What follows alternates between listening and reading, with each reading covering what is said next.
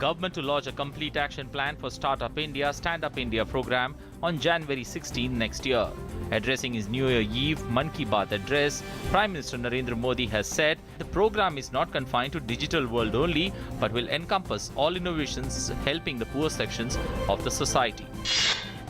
President Pranab Mukherjee inaugurates the 98th annual conference of the Indian Economic Association in Hyderabad.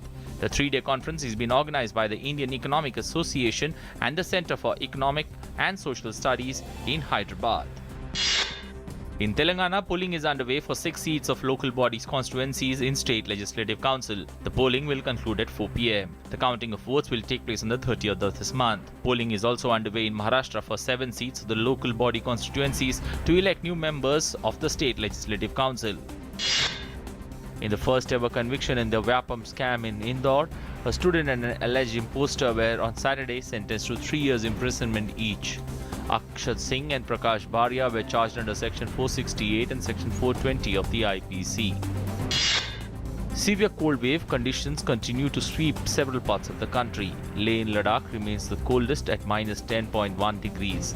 Delhi records minimum temperature of 5.5 degrees, 2 notches below normal. Cold wave warning issued in Telangana.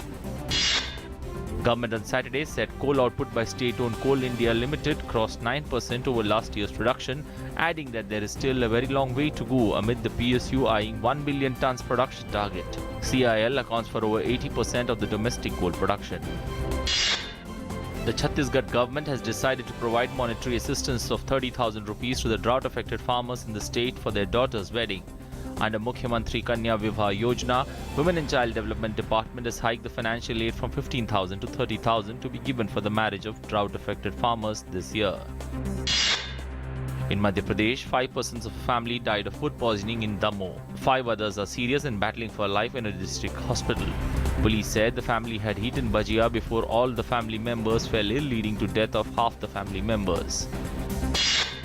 United Nations hopes to convey peace talks between Syrian government and opposition on 25th of January next year in Geneva. UN Special Envoy Staffan de Mistura's office has said he has intensified efforts towards convening talks. Russia has released spectacular footage of what Kremlin officials claim to be a successful bombing campaign to destroy the Islamic State's oil smuggling rackets into Turkey. The Russian defense minister released aerial footage of the incident, claiming that the attacks took place in northern Syria without being more specific on its location. Russian President Vladimir Putin has ordered counter-terrorism operational headquarters to be set up in several coastal areas.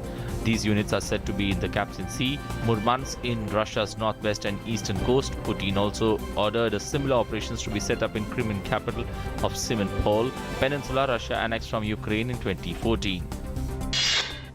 A purported audio message by Islamic State leaders said that airstrikes by Russia and the US-led coalition had failed to weaken the group. It was posted on Saturday on Twitter accounts that usually publish Islamic State statements. It slammed Saudi Arabia's efforts to set up a coalition of Muslim nations to fight his group. More than 1 lakh people have had to evacuate their homes in the bordering areas of Paraguay, Uruguay, Brazil and Argentina due to severe flooding in the wake of the heavy summer rains brought on by El Nino. Paraguay is the hardest hit, but at least 90,000 people evacuated. High on confidence after the facile 2-0 win over Sri Lanka in their campaign opener, 6-time champions India will take on Nepal in a tricky group match of the South Asian Football Federation Cup. India have beaten Nepal once in their last 3 recent clashes, while the other 2 have been drawn encounters. International referee from India Ashok Kumar has been selected for officiating in the Rio Olympics. This is the first time in the Indian wrestling history that an Indian referee will officiate at the Olympic Games. A total of 50 referees, including supervisors and instructors, have qualified for the Rio Summer Games.